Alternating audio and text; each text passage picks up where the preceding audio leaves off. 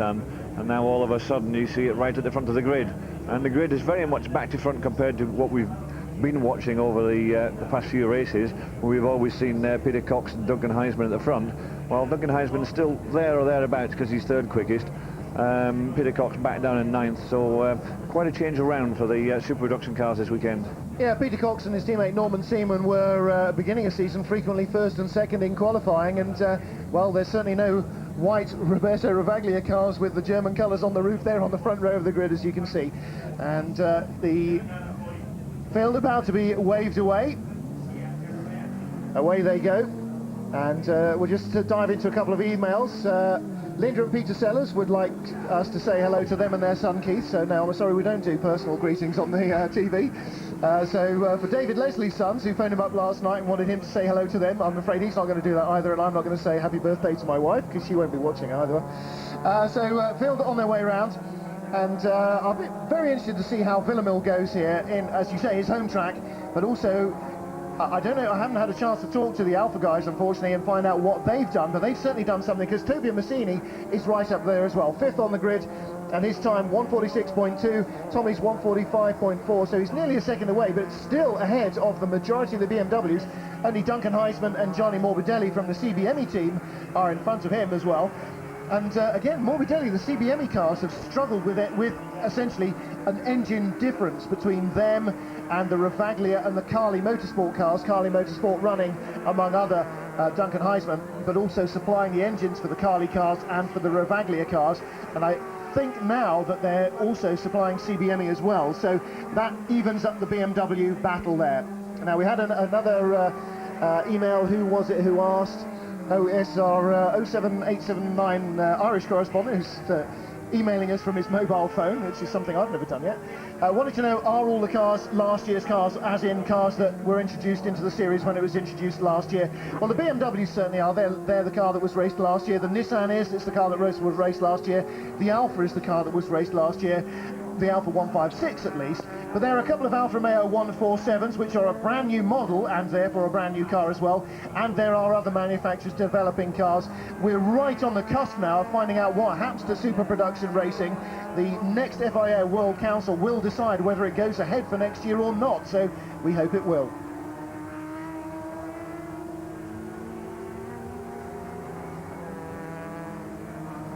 Cars coming round to the grid for round 9 of the European Super Production Championship here at Jarama in Spain.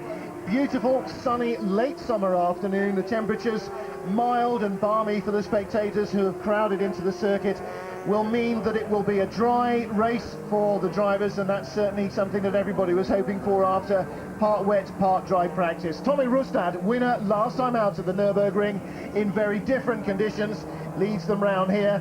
Luis Villamil in second place on the grid, so it's a Nissan and an Alfa Romeo first and second.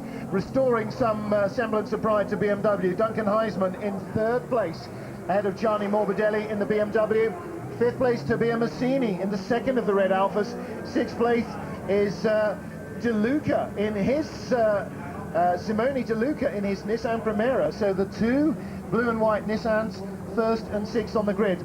Then Norman Seaman with the German colours on top of his car, the white car on the left-hand side. Then Paolo Roberti, the second of the CBME, black and orange BMWs there by the man waving the yellow flag. Then Peter Cox, and pulling up behind him, James Hansen and Tom Ferrier on that row of the grid behind Cox. Ferrier alongside him, Hansen right behind him in those two Edenbridge cars. And unfortunately, for Noel Bradford, no time now to ask James Hansen about his special Zandvoort test. I'm not quite sure what the story there is. They didn't offer that up to us, so there must be something derogatory about James Hansen in there. We'll try and find out for another programme. Revs rise, the lights are on, they're ready to go. It's a long hold, a very long hold by Roland Brunserrider. Away they go now. Great start from Tommy Rustad. Good start from behind De Luca by Paolo Roberti. He comes around him. Not a great start, though, by Peter Cox. Norman Seaman gets away well, but Duncan Heisman down the inside of the Alfa Villamil. It's three abreast, and inside goes Massini, and Cox goes by. Heisman may be out of this race. He's in the gravel, and Roberti is off, but Luis Villamil from the outside the front row of the grid, the man who showed us around the track here in the clip before, and there's further contact behind, and that is Seaman and that is DeLuca, and that is either Hansen or no, it's the 11 car, Tom Ferrier, way out there in the gravel and coming back on, and that is Norman Seaman, tapped into a spin, spun round wildly there. Villamil in the first corner gravel trap, and David, I sense a red flag coming up because there are cars buried deep in the gravel at the first and second turns. Replay here on the left-hand side, the blue-nosed white car, that is Heisman, hits Villamil, Villamil hits Roberti, and around Morbidelli rather, around the inside of them goes the rest of the field, but halfway through the exit of that first turn, contact further up and spins. There you are from that viewpoint, and that was where Norman Seaman got thumped into a spin from behind, I think probably from the slow starting Nissan of DeLuca. Off went poor Tom Ferrier to try and avoid him, and through from behind there you saw Duncan Heisman going past there. But there are two cars, or at least one, firmly buried in the gravel at the first turn, one on the run down to Le Mans from Vartzi. So I sense perhaps there may be a red flag. Certainly slippery surface flags being shown, but, well, nothing yet at the line. I think if they can't move the cars very quickly, they will put a pace car out, but I can't see them actually putting out a red flag to slow all this lot down or to stop it. But nowadays they'll try and neutralise races to try and give it a nice safety area for the marshals to work. But we can see here European marshals have a way of working on the circuit while the cars are still racing. So a quick blow of the whistle and they'll all run away, but you can see there, obviously when he was hit at that point and going into that very fast corner, there was some fluid lost at some point or another. And we can see an Alpha going very slowly. That's Villamil coming back on, but right behind, look, this is the battle with the 10 car of James Hansen and the 1 car of Peter Cox. Now that was all sort of almost under yellows. There's Cox in the 1 car. Behind him, I think, is Paolo Ruberti. No, it's not. It's Gabellini in the 6 car. And in front of him is James Hansen. Yeah. So Hansen's up to 3rd place, the highest he's ever run this year. Well, don't forget, those guys were behind both the incidents, dived to the inside of both the incidents that took out the majority of the midfield runners. So across the line, it was Rustad leading by 2.8 seconds from Tobia Massini. 3rd place was James Hansen, 4th Peter Cox, 5th Gabellini, who is the 3rd of the CBME cars, who started 13th on the grid to go to 5th place. You can see how much of the midfield has disappeared. 6th place is Bonaldi, who started in 17th place, last but one in his Alpha 147. Then Pegan Anderson, who was 1 ahead of him. Then in 8th place is Tavano, who was 1 ahead of Pegan Anderson. Then Paolo Roberti is 9th, and well, that's all we've got. We've got 12 cars running still out of the 16 who started. There's Duncan Heisman off the track in the back of the paddock. So Duncan Heisman is out of the race. And so too is Villamil, so is Morbidelli then, so is Norman Seaman, so is Paolo Roberti, and so is the Nissan driver DeLuca. And there are still, no, there is DeLuca. And here's coming back past, that'll be Beckers. Beckers, the Dutch driver of the 3rd Carly Motorsport car, Belgian driver rather of the 3rd Carly Motorsport car. The number 15 is Peter Beckers. And David, this is actually ridiculous. Now, unfortunately for the organisers, it is on live pan-European TV, 54 countries, 17 languages, umpteen million viewers, and so red flagging it now really would be a disaster for the drivers because they would have to restart it, and undoubtedly we would lose the end of the race to live TV. However, cars everywhere, a trail of oil right in the middle of the line, almost forcing them to drive on the grass on the inside. It's a big potential for disaster still. It is. They've got 1 car, Norman Seaman's car, they've got to move. And I think if they're struggling to move it, they need to throw out a safety car in order to neutralise the race and get that out of there safely. And after that, they can carry on after the safety car pulls in. The only other problem is that water or whatever it was that was dropped onto the circuit.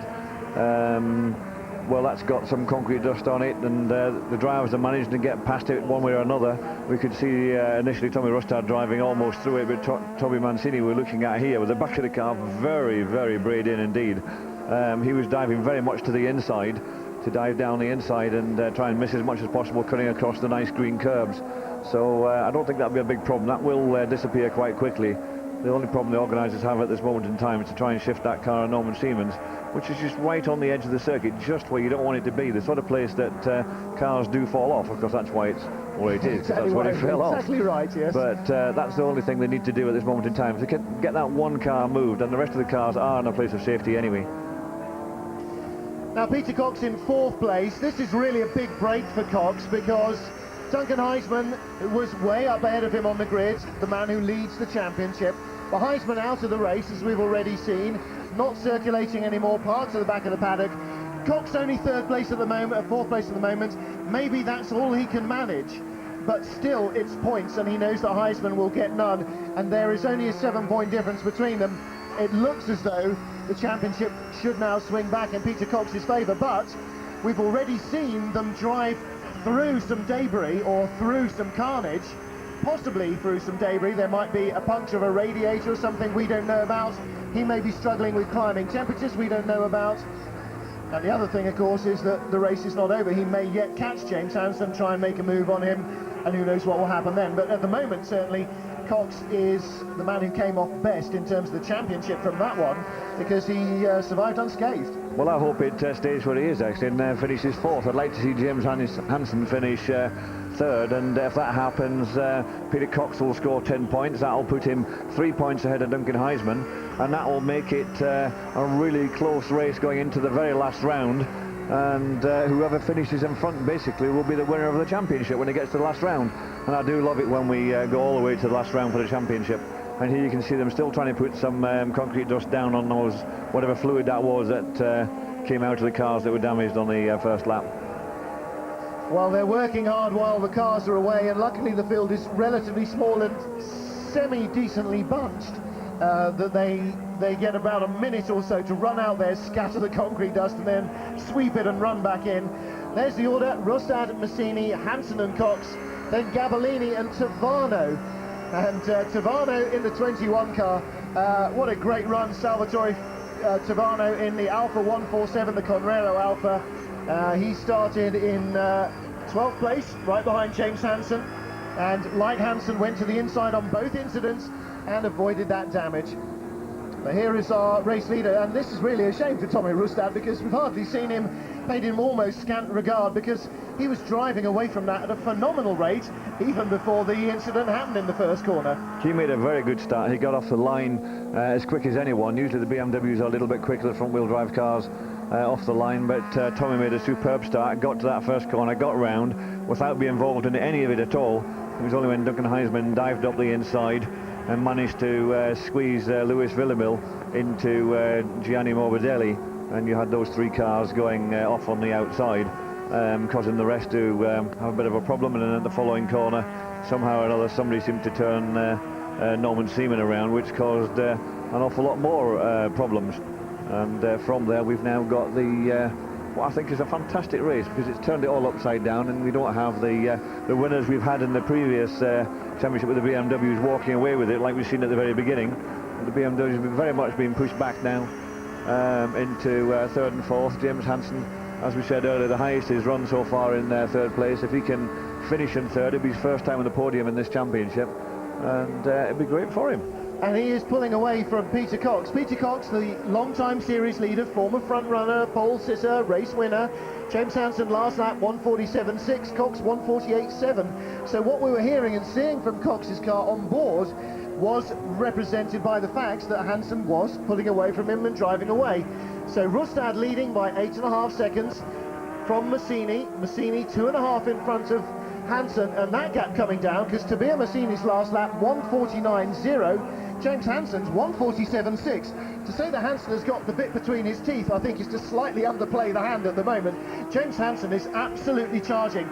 This battle is next up: Gabellini, the black and orange car, then Tavano, the little red Alfa 147, such a sexy looking road car, and then Paolo Roberti next up in the 7 car.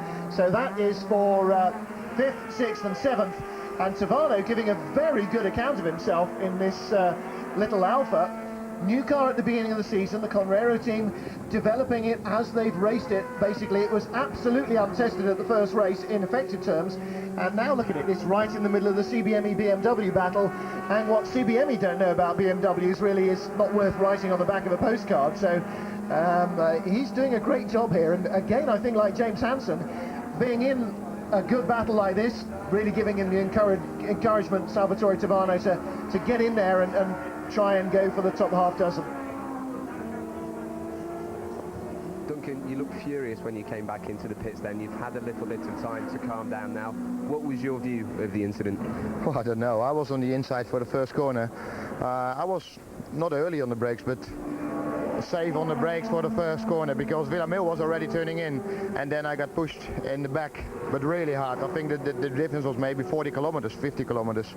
I don't know what happened, who was behind me. I think Massini was, but I saw some rear damage at Massini's car and a lot of damage on Simon's car. So I think Simon didn't even brake, something like that I think happened. My wheel broke. Okay, for Cox it's okay for the points. Thank you, Duncan. Well, Heisman, definitely the man on the inside of that three-car sandwich, but as he says, they all drifted out wide, and he got a thump up the backside, and I'm sure it only takes a small look at his car to confirm or deny the truth in that one, so it's not the easiest thing to sort of make up off the top of your head and hope that people will believe. He was saying that he got hit up the back with a difference of 40-50 kilometres an hour. That's awfully big speed, and he thought it might have been Massini. But if you look at Massini's car, there's no damage to the front of that at all. So I don't think it was him, but certainly somebody took a 30 or 40 mile an hour hit into the back of Massini, because the back of his car has taken a thump, but certainly not the front. Well, we did see an awful lot of damage on the front of the Nissan of De Luca, and that may not necessarily all have come from spinning Norman Seaman. So maybe De Luca was the guy who missed his braking point. Back live, 8 laps into round 9 of the Euro SPC, or nearly 8 laps into round 9 of the Euro SPC. Tommy Rustad leading here at Jarama by a very comfortable margin. Rustad on pole position by some margin as well, and he was over a tenth of a second quicker than his rivals, or his closest rival, Luis Villamil rather, and survived the first corner shunt by making an electrifying getaway in the Nissan. Major crash at the first corner, and through the second corner of the race has decimated the field. It's eliminated at least a third of the runners and getting on towards half. And here we see the battle for 5th, 6th and 7th. Gabellini, the lead BMW here, and right behind him Tavano and Ruberti squabbling over 6th place. Tavano in the Little Red Alfa 147, and in 7th place is the number 7 car, appropriately enough, of Paolo Ruberti. Now, their teammate, Gianni Morbidelli, one of 3 cars that went off into the dirt in the first corner. We've heard just before the break from Duncan Heisman, who got hit, he says, heavily from behind. He was on the inside of 3 cars, and as he got hit, he went wide into Villamil, who went wide into Ruberti, and all 3 of them effectively, not into Ruberti, into Morbidelli, and all 3 of them effectively out of the race on the spot. They, in fact, all retired within half a lap or so. And we were speculating, David, that possibly the very heavily frontally damaged Nissan of De Luca may have been the car that completely missed his braking or got his wheels on the curbs or on the dirt or something. As the road kinks up left here or right here, as the driver sees it, into the first corner and came across the curbs, and conceivably may well have triggered all that lot off. But whatever, all those cars now safely dragged away, and the race continues, and good little battle going on here. This is definitely the best battle that's out there at the moment, and this little Alfa Romeo I think is absolutely fantastic. As you said earlier, they turned up at the first meeting this year with a car just built, totally untried, totally untested, and they've done little or no running during the year in between the races. They've turned up at every race, and every race they've tried something new, they've tried a little bit more, and they're really getting the car to go well now. And here we are, we're running in 6th place. You know, Tavano's out there and he's got 2 teammates, one on either side of him, giving him a really hard time, and he's managing to pressure and try and move forward. And I reckon that before the end of the race he could get past Gabellini and end up in 5th place. Well, they're seesawing about in that little battle, aren't they? First he'll be attacking Gabellini, and then he'll have drop back from that, having made an unsuccessful lunge, and he'll be under assault from behind, and it's sort of, he yo-yos up and down between the two CBME BMWs. It's very entertaining indeed. Tommy Rustad, our race leader, we just saw, now 10.8 seconds ahead of Tabea Massini in the, I'm going to say Honda, because that's what he raced in Britain last year, but I don't mean that, I do mean Alfa Romeo. Third is James Hansen, 1.2 seconds behind Tabea Massini, and 6 seconds now ahead of Peter Cox, and there is the gap, second to third. So James Hansen absolutely tearing around here. Peter Cox way back in fourth place, but Cox actually losing ground, David, to the guys behind him. Not on this lap, by a second or so he was quicker, but he is only 5 seconds ahead of the three-way squabble we've been watching, and if they settle down even for a couple of laps and pick up some speed, we're only completed 9 of the 18 laps. Cox could be in trouble, and although Heisman in his interview said, okay, it's good for Cox now, he gets some points, he will still get some points, but he needs, if he can, to stay away from those two BMWs in the Alpha, because if he gets embroiled in this as the Alpha gets in front of the BMWs, if he gets caught by this bunch, who knows, he may finish at the tail of the three of them, and that really would be a disaster plucked from potential success. It would be. I would think he'll be trying very hard to just hang on and keep the pace he can. These three are certainly fighting amongst them, or were fighting amongst themselves. Tavano's managed to get himself a bit of a gap and get away from them, so that's exceptionally good for him. But right up behind them now, behind Gabellini and Roberto, you can see Anderson coming up with his Carly Motorsport car, and right by him Tom Ferrier. Tom Ferrier was one that we've seen going off across the gravel trap with the foot hard buried into it to try and make sure he can come out the other side and get there. But we look at the little Alfa Romeo now, and he must have had some damage at some point, because looks like one of the bonnet pins on the left hand side of the front of the car is broken, and you can see the bonnet just open a little bit on the left hand side. Very good for cooling the engine, but not very good for his aerodynamics. Hopefully he can make up for it during the slower part of the circuit and continue to pull away from those two BMWs. And yes, we did notice that Paolo Roberti has passed Stefano Gabellini in the subsequent corner just after they'd been passed by Tavano, but since the camera pictures were so clear, we thought that we'd carry on talking about what we were talking about and you would notice it yourselves. So just to recap then, Rustad leading comfortably, Massini now 11.7 behind, because he's still reliably lapping 6 or 7 tenths slower than Rustad. Third, James Hansen, now 1.2 behind Massini, so the gap stabilising there. Massini responding to the threat from behind. There you see them. Fourth place, Cox, and now Tavano 5.8 behind as opposed to 6.6. So that gap is narrowing, fourth to fifth. Tavano is definitely closing. Roberti and Gabellini 6th and 7th, with Anderson 1.3 behind Gabellini in 8th, Ferrier 0.6 behind in 9th. So another good battle developing there, four-way squabble. And for the Edenbridge team, well, they must have been disappointed to see Tom Ferrier skating across the gravel out of Varzi around the first lap. However, they are on for their best aggregate result of the season so far, with James in third, even if Tom is still down in 9th. I'd be surprised if he's only in 9th by the end of the race, and I'd be surprised if James is only in third as well. Notice the way that Tabea Massini's Alfa now is starting to lock its braking wheel. The left-hand front does all the work here. It carries the load in the fast left-handers, of which there are a number, and it does all the hard braking into the slow right-handers, of which there are a number, or it's the one that gets unladen, shall we say, and has all the stress as it potentially locks up. That's exactly what's happening now to Tabea Massini. As they come across the line, he's done a 1:48.0, James a 1:48.8, so yes, Massini is responding, and perhaps that lock-up just an indication of how hard he is pushing now. Maybe James having a breather for a lap or so, having been so close in his charge up behind Massini, just regathering his thoughts. There is Peter Cox fourth, but David, if the camera stays on the corner, no he doesn't.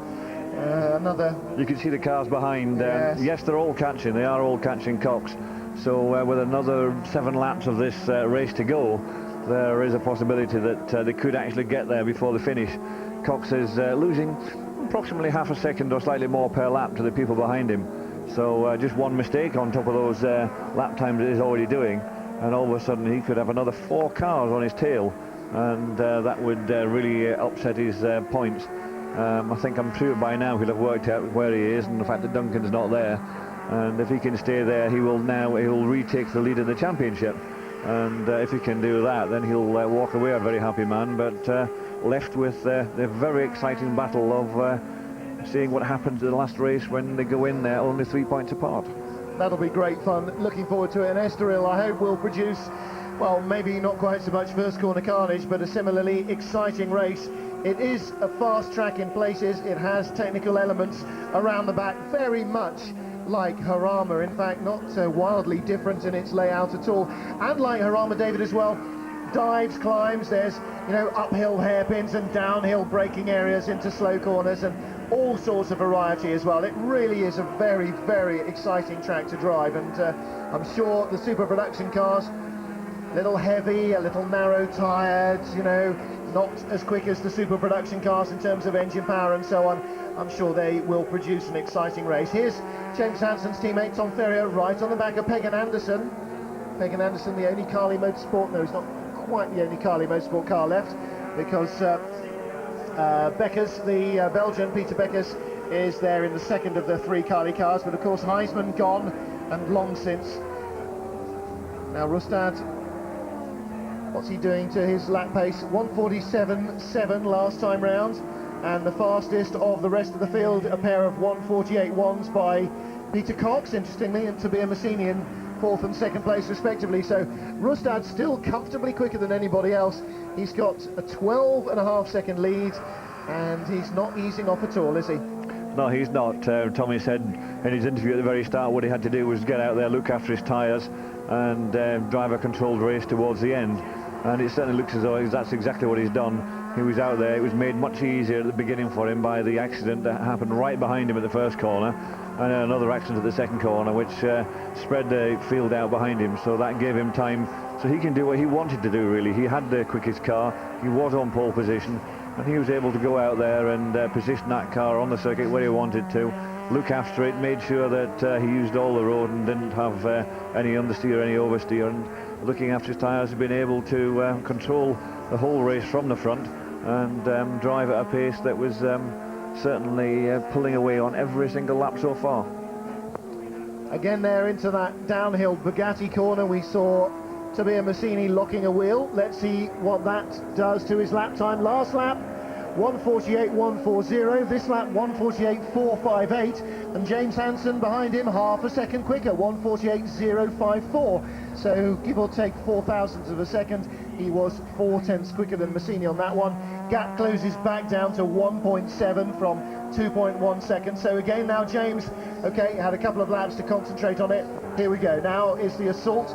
And Massini within shooting distance, David, certainly with now on lap 14 of 18, not out of the bounds of possibility that James can catch him and maybe make a move for second place, particularly encouraged, I should think, by that long trail of smoke as he went down into Bugatti, because the Alfa driving with its front wheels and braking with its front wheels, probably using its front tyres harder than the BMW. Of course, the rear drive BMW with that slightly better balance. And here, Pagan Anderson now with Paolo Roberti, and right behind him is Tom Ferrier. In fact, that's Stefano Gabellini, of course. Gabellini, Pagan Anderson and Tom Ferrier right there. And this is the battle, 7th, 8th and 9th.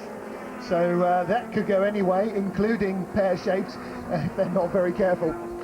Well, we've seen the BMWs do that already so far in this race, so I can't see why it should change later on the race as it did in the first part.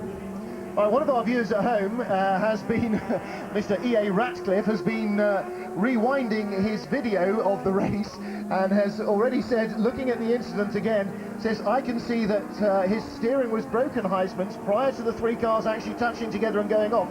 Well, since we're unfortunately watching it, well, not unfortunately, since we're watching the live pictures, we haven't had the chance to do that, but that's very interesting. That may be one for review later, I think, to see just how that happened. Maybe he got thumped over the curb so hard that the steering had gone and he lost control. Maybe he also got hit from behind as well. He certainly seems to have felt the thump. Pagan Anderson under pressure from Tom Ferrier here, and Gabellini breathing a sigh of relief, I think, perhaps, as they come towards the line. Behind them, incidentally, is Di Luca in the number 4, Simone... Oh, no, it's not. No, there's an Alfa in there.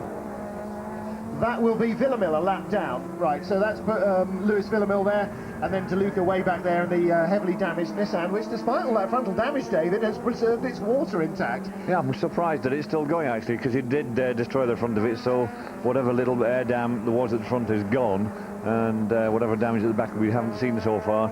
I'm sure I would have expected it to expire before now, but obviously an extremely sturdy machine, and they're going for it, as are these, as Peggan Anderson is here. Oh, just a little too far. And Tom Ferrier just managed to scrabble around the back and gain another place. So he dived down the inside, locked the front wheel up, hit the curb very hard, started to come out, put the power on just a little bit too much, got the back end out, round it goes.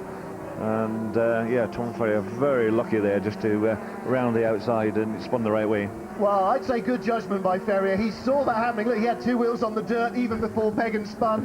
Good job, Tom. Well done.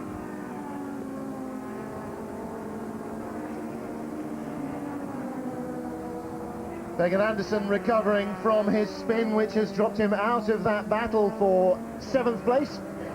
Behind Stefano Gabellini is now Tom Ferrier, but some way behind, I fear, because Ferrier taking excellent avoiding action as he saw Peggan Anderson fly over, or really bounce over the curb very heavily and then start to slide. I wonder perhaps whether it's as big a curb as that on the inside of the first turn, and whether perhaps Heisman might have damaged his steering by bashing into it. I wouldn't be surprised if Peggan Anderson's steering wheel is a way off centre by now, and car probably a lot more inclined to turn right than left, I should think. However, Tommy Rustad, our race leader, 15 laps completed. He's on lap 16 of 18. And incidentally, his teammate, who we were noticing earlier in the damaged car, in 9th place now, Simone De Luca, in the other Nissan, the sister car, despite the fact he's been substantially smashed in the front. Not only has it maintained all its water, it's maintained most of its speed. He was only 0.8 of a second slower than the race leader on the last lap. And as we know, Rustad is absolutely the fastest man on the track and has been on every single occasion. Although he's now backed off and is only 0.3 of a second or so slower than this battle for 2nd place, Tobia Massini versus James Hansen. And only 1/10 of a second between them on the last lap. They're now a second apart. Tobia was just 1/10 of a second quicker than James last time round. 2 laps to go after this one. Tobia's still in trouble under braking. James knows if he can get close enough, there is a good place to overtake David. And in fact, you know, down into the first corner, or down into the Le Mans corner as well, down into the Farina hairpin maybe, anywhere where there's heavy braking. But it's getting close enough on this lap to set it up for the last lap, and I'm not too sure that he's going to be able to do that. He's been there or thereabouts, and that 1 or 2 seconds apart most of the race now, and as hard as he's trying, he just doesn't seem to quite get right onto his tail. But what he needs to do is get right onto his tail and then just hassle him for a little while to try and make a mistake. As I said earlier during the GT race, if you can get right on someone's tail, switch the lights on, you can distract them a little bit, and that will give you some, hopefully give them the distraction to make a mistake and you pick up the place. But he just can't quite get right onto his tail. Having said that, it now looks as though he's about half a second away, as opposed to the 2 or 2 seconds that we've seen for the rest of the race. Well, he was only 0.8 away at the line, and you're right, look how much he has closed up now. I said he had the bit between his teeth earlier as an understatement, and that it's very much the case now. He is probably around 4 or 5 tenths behind now. I wouldn't say that was 0.8 of a second. And again, the advantage for the BMW here, the life in its tyres, particularly under braking, I think, and accelerating out of those slow corners. 2 to go as they crossed the line last time. They are on the penultimate lap now, but Massini really asking an awful lot of his tyres, and now look how close he's coming. That is James Hansen really pushing very hard indeed. Massini again locking up down towards the Bugatti corner. Again James takes 1/10, maybe 2 out of him in that moment alone. And Massini, as they come onto the last lap, will be lucky indeed if he can finish in 2nd place. There is Tom Ferrier in today. Is that Tom Ferrier? That's Tom Ferrier with behind Lewis Villamil, and the camera cutting between the two of them. So Villamil, in fact, is a lap behind anyway, so Ferrier doesn't need to worry about him, although he would like possibly to get by and, well, chase Stefano Gabellini in front of him, who is 7th. but across the line, Tommy Rustad leads by 14.5 seconds. Now, Tabea Massini, well, still 8/10 of the line ahead of James Hansen.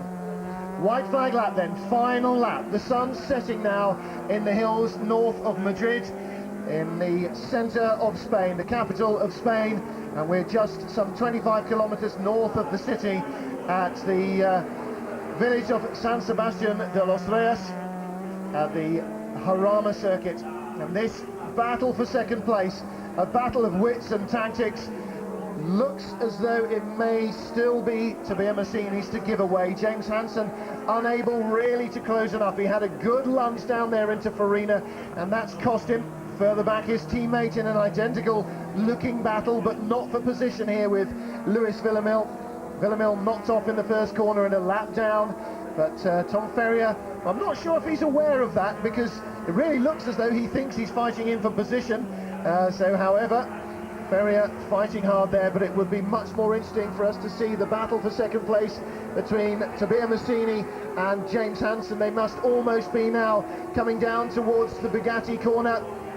Here out of Portago, or into and out of Portago, comes our race leader Tommy Rustad. He will make it round safely, of that I have little doubt, so let's hope that the director has the intelligence to go back. Well, in fact, that was actually Monza and out of the tunnel turn, so I'd misestimated how much far he was ahead, and if there is a move for second, we're not going to see it. Tommy Rustad wins round 9 of the Euro SPC, and in second place across the line comes Tabea Massini. James Hansen in third place. A fine result for both young men, and a great result too for Tommy Rustad, the Norwegian dominant in his Nissan Primera in qualifying. Didn't put a foot wrong in the race.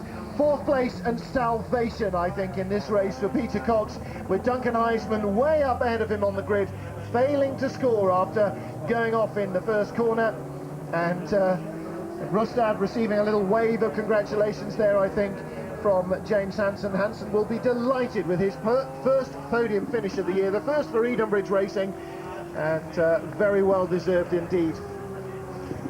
So Peter Cox came here trailing by 7 points, goes away leading by 3 in his battle with Duncan Heisman for the championship. Norman Seaman does not score and therefore is in trouble, because Tommy Rustad was only 11 points behind him before the start of the weekend, and I think Tommy Rustad will become the third place man in the championship courtesy of that win.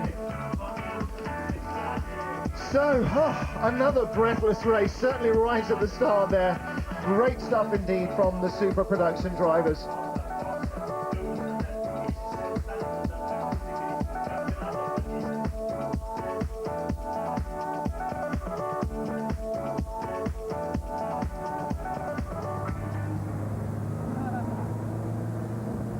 Confirmation of the result of round 9 of the Euro SPC. Tommy Rustad in the Nissan winning comfortably, in the end backing off to win by only 11.5 seconds from Tabea Massini.